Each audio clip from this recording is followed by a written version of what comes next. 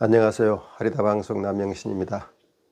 지금 저는 한국을 하나님의 정의가 작동하는 나라로 만들기 위해서 정의의 문제를 이야기하고 있습니다. 지난주에는 검찰개혁과 정의에 관해서 말씀드린 바 있습니다. 저희 이런 논의를 정치적 행위로 오해하지 마시기 바랍니다. 저는 하나님의 정의를 이 사회에 구현하기 위해서, 그리고 또 저와 여러분이 함께 이 정의관념을 강화하기 위해서 앞으로 우리 사회에서 일어나는 크고 작은 논쟁 속에서 정의를 구현하는 길을 모색해 보고자 합니다. 오늘은 구속 상태에 있는 두 전직 대통령의 사면과 정의에 관해서 말씀드리겠습니다. 연초에 이낙연 더불어민주당 대표가 국민통합이라는 명분을 내세우면서 때가 되면 전직 대통령의 사면을 문재인 대통령에게 건의하겠다고 말해서 사회에 큰 파문을 던졌습니다.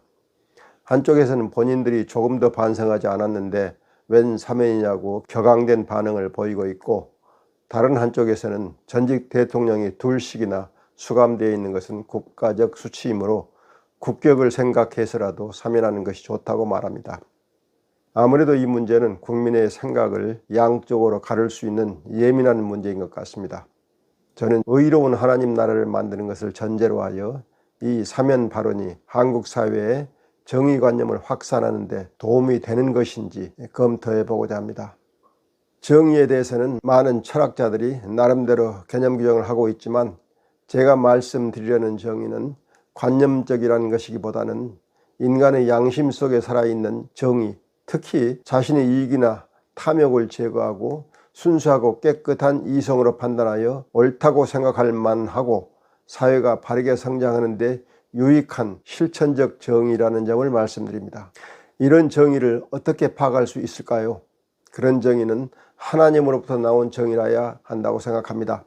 하리다의 언약에 따르면 하나님께서는 진실하고 선하고 의로움이 구원에 이르는 길이라고 말씀하셨고, 여기에 하나님의 정의를 설명한 부분이 있습니다. 이를 인용해 보겠습니다.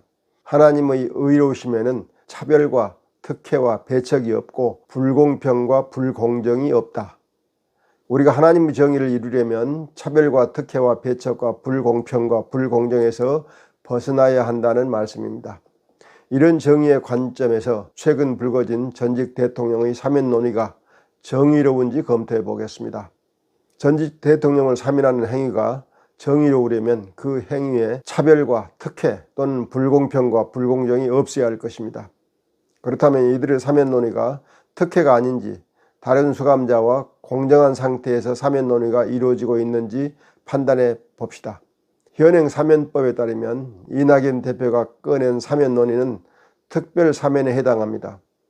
특별 사면은 법무부 장관이 사면위원회의 심사를 거쳐 대통령에게 상신할 수 있습니다. 상신이라는 말도 권위주의 시대의 산물입니다만, 어쨌든 대통령에게 특별 사면을 건의할 수 있다는 말입니다. 검찰총장도 특별 사면을 법무부 장관에게 건의할 수 있고, 심지어 형의 집행을 지휘한 검찰청의 검사와 또 수용자가 수감되어 있는 교정시설의 장도 검찰총장에게 건의할 수 있게 되어 있습니다. 그러면 우리 사면법은 어떤 사람을 특별 사면 대상자로 선정할 수 있다고 규정하고 있을까요? 불행하게도 우리 사면법에는 특별 사면 대상자가 될 수 있는 요건이 규정되어 있지 않습니다. 그러니 대통령이 그때 요건을 정해서 특별 사면 대상자를 선정할 수 있어서 어떤 때는 정치인이 포함됐다가 어떤 때는 포함되지 않기도 하고, 어떤 때는 재벌이 포함됐다가 또 안 되기도 하고, 어떤 때는 특별한 한 사람만 특별 사면을 하는 경우도 있습니다. 결국 대통령이 의중에 따른다고 보아도 과언이 아닐 것입니다. 그러니 특별 사면이 정의를 구현하기보다는 대통령의 정치적 이익을 위하여 정의를 무너뜨린 경우가 생길 수 있겠죠. 따라서 사회 지도층이었던 사람에 대한 특별 사면의 요건을 명확하게 제시하는 방법으로 입법을 해야 할 것입니다. 하지만 현행 사면법의 규정을 검토해 보면 최소한의 요건을 상정할 수는 있습니다. 그 내용은 사면법에서 특별 사면을 건의할 수 있는 최하위직인 검사와 교정시설의 장이 특별 사면을 건의할 때 요구하는 요건이 있기 때문에, 그것을 원용하여 사회 지도층을 대상으로 하는 특별 사면의 요건을 유추해 볼 수 있는 것입니다. 사면법에 따르면 검사와 교정시설의 장이 특별 사면을 요청할 때는 그 대상자가 범한 범죄의 정상, 대상자의 성행, 수형, 태도, 형기 등을 기록한 서류를 제출하게 되어 있습니다. 이를 원형한다면 대통령이 두 전직 대통령의 특별 사면을 단행하려면 두 전직 대통령이 저지른 범죄의 성격과 그것이 사회에 끼친 영향, 그들이 범죄에 대하여 행한 반성과 사죄의 마음, 수용 태도 등을 국민들에게 밝히고 특별 사면을 시행해야 할 것입니다. 이를 이낙연 대표에게 적용한다면 그가 대통령에게 이 두 전직 대통령의 특별 사면을 건의하려면 위의 네 가지에 대해 두 전직 대통령이 특별 사면을 하기에 적합하다고 판단한 근거를 가지고 있어야 한다는 말입니다. 그러지 않고 특별 사면을 하려 했다면 두 사람에게 특혜를 주려고 했다고 말해도 될 것입니다. 현재까지 이낙연 대표가 이들을 사면하려 하면서 내건 조건이 국민통합 외에는 없는 것 같습니다. 그러니 그는 국민통합이라는 명분만 내세웠을 뿐 실정법의 정신을 살릴 수 있는 최소한의 사면 조건 충족은 생각하지 않았다고 볼 수 있습니다. 잘 아시는 바와 같이 이 두 분 전직 대통령의 범죄 행위는 특별 사면을 해줄 만큼 가볍지 않을 뿐 아니라 이분들이 자기 죄를 뉘우치거나 국민들에게 사죄한 일도 없어서 특별 사면을 하기에 적합하다고 말하기는 어렵습니다. 이런 점을 감안한다면 적어도 일반인의 특별 사면에 비해서 이분들에겐 과도한 특혜를 주려 하는 것임을 알 수 있습니다. 다시 말하면 이분들에 대한 사면 논의 자체가 불공정한 면이 있다는 것입니다. 우리 사회가 정의로운 사회로 나아가려면 무거운 죄를 지은 자가 가벼운 죄를 지은 자보다 특별히 대접을 받아서는 안 됩니다. 특히 책임이 무거웠던 자가 지은 죄를 책임이 가벼웠던 자가 지은 죄보다 가볍게 처리하는 것은 옳지 않습니다.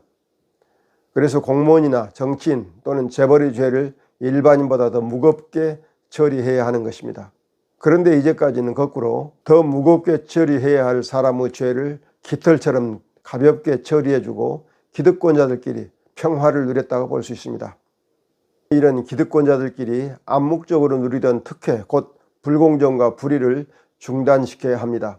무식한 자의 폭력과 절도 범죄는 깐깐하게 수사하고 엄중하게 죄를 물으면서 정치인이나 의사, 변호사 같은 전문직, 기업인 등 제역가의 사기, 부정, 부패 범죄는 느슨하게 수사하고 또 관대하게 형량을 적용하여 쉽게 사면하는 것은 기득권자들끼리 형성한 카르텔이라고 보아도 무리는 아닐 것입니다.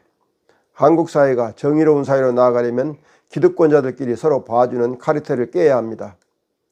두 전직 대통령의 특별 사면 논의가 시작되려면 최소한 두 가지 전제는 충족해야 합니다. 하나는 이들이 과거 자신들이 저질렀던 죄를 뉘우치고 국민들에게 사죄하는 절차가 있어야 합니다. 그러지 않은 상태에서 어떻게 이들이 죄를 사면해 주겠다는 제안을 할 수 있겠습니까?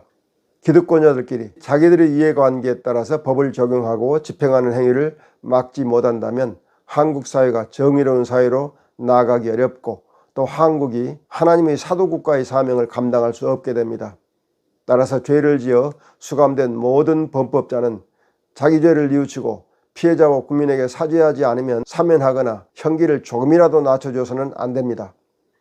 이들의 사면을 논하려면 그들이 사면된 후에 과거 범죄를 부정하는 언행을 하지 않겠다는 서약을 하게 하거나 범죄를 부정하거나 미화하는 행위를 할 경우에는 즉시 사면을 취소할 수 있는 제도를 마련해야 합니다. 이들이 사면을 받으려고 거짓으로 뉘우치고 사과한 뒤에 사면을 받은 다음에는 과거 죄를 부정하고 또 오히려 그 행위를 미화하게 된다면 사회 정의가 세워질 수 없습니다. 마치 성범죄자에게 전자발찌를 착용케 하는 것과 같이 사회적으로 큰 파문을 일으킨 범법자에게는 범죄를 부정하는 발언을 하면 즉시 사면이 취소될 수 있도록 하는 장치가 필요합니다. 이런 전제가 충족된 경우에만 특별 사면을 논할 수 있게 해야 할 것입니다. 따라서 두 전직 대통령의 사면이 정의에 합당하려면 두 분이 대통령으로 있을 때나 또는 대통령이 되고자 하면서 행한 범죄에 대해서 국민에게 사과하고 반성함으로써 최소한 국민이 그들의 진심을 확인할 수 있게 해야 할 것입니다. 그런 전제도 없이 오로지 전직 대통령이었으니 국민 통합을 위해서 사면하고자 하면 그 사면론이 자체가 정의롭지 못하다고 해야 할 것입니다. 전직 대통령의 사면에 대해서 우리는 썩 좋지 않은 경험을 가지고 있습니다.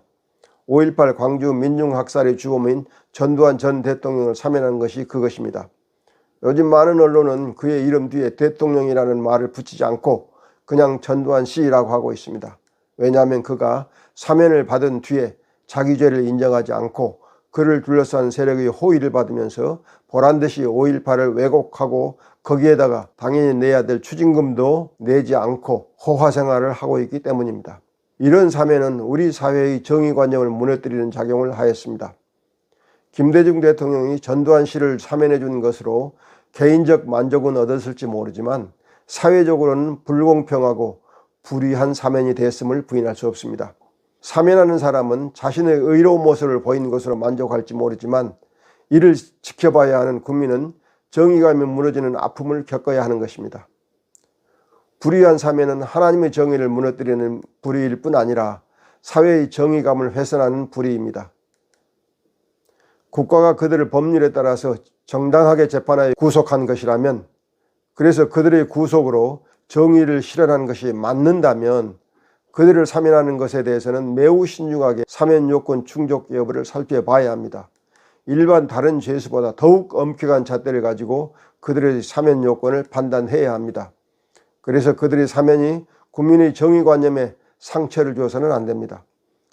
정치적 목적을 가진 사면론에는 자칫 정치를 불이하게 만들 우려가 있는 점을 지적하고 싶습니다. 우리가 이런 논의를 하는 이유는 한국이 정의로운 나라로서 하나님이 주신 사도국가의 사명을 감당하여 인류를 구원하는 일을 차질 없이 수행할 수 있도록 하기 위함이라는 점을 강조드립니다. 여러분, 한국 정치와 한국 정치인이 지금보다 더 의로워지도록 기도합시다. 정치공학적으로 자신들에게 유불리를 따지면서 정치인들이 서로 정의를 흥정하지 못하게 합시다.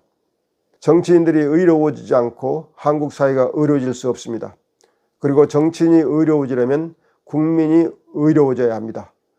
그들을 뽑아주는 사람이 바로 우리 자신이기 때문입니다. 결국 그들의 문제가 우리의 문제로 귀결됩니다. 우리가 의로운 사람이 되고 정의를 실현하기 위해서 노력해야 정치인들이 불의한 결정을 하지 못합니다. 우리 함께 한국 사회를 정의가 바로 선 나라로 만들어 봅시다. 하나님께서 우리에게 그리하라고 요구하고 계십니다. 이 일에 여러분 함께 나서 주시기 바랍니다. 고맙습니다. 오늘 말씀은 이것으로 마치겠습니다. 끝까지 들어주신 여러분께 감사드립니다. 안녕히 계십시오.